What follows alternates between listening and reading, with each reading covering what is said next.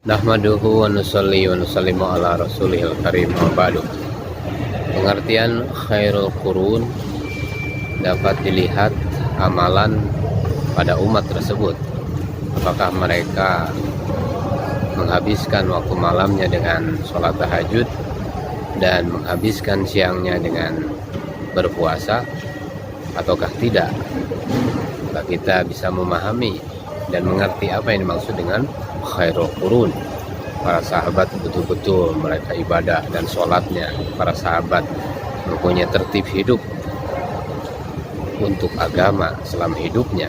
Serendah-rendahnya tertib, ada setengah hari digunakan untuk mencari nafkah, setengah hari lagi untuk masjid, usaha atas agama.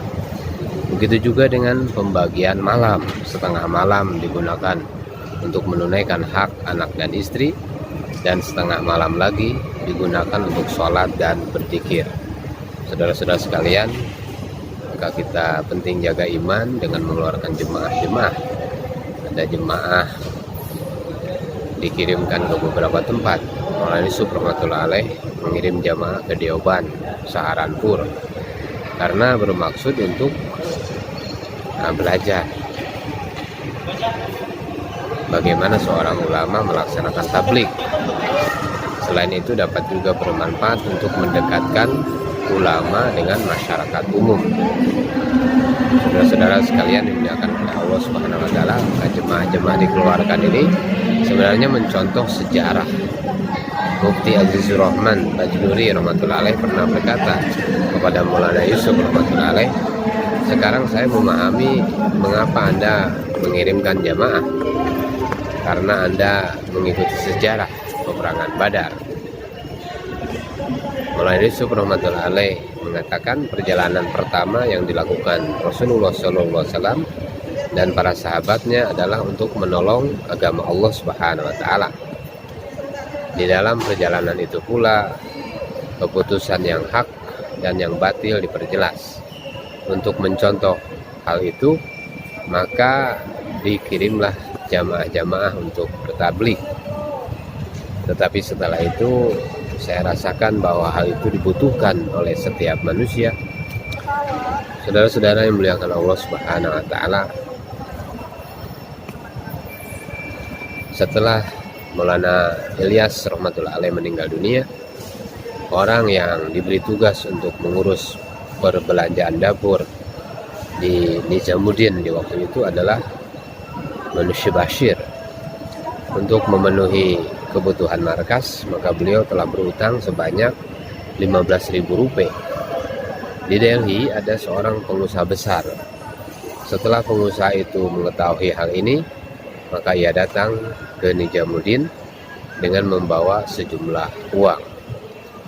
Ia duduk di dalam masjid, kemudian datang mendekati Maulana Yusuf rahmatullah alaih dan berkata, ambillah uang ini untuk membayar utang-utang markas. Maulana Yusuf rahmatullah alaih berkata, kami tidak memerlukan uang itu. Apabila Anda keluar di jalan Allah Subhanahu wa taala, maka kami akan terima uang tersebut. Sambil marah, pengusaha tersebut pergi sambil membawa kembali uangnya. Saudara-saudara dimuliakan Allah Subhanahu wa taala, maka kita harus tawajuh dengan amal, dan bagaimana orang memahami dalam amal itu ada kejayaan. Kejayaan tidak terletak pada harta benda. Kejayaan manusia tidak diletakkan kepada harta, pada benda-benda. Apabila kejayaan terdapat pada harta benda, pasti orang kaya akan menjadi berjaya. Kejayaan manusia ada di dalam genggaman Allah Subhanahu wa taala.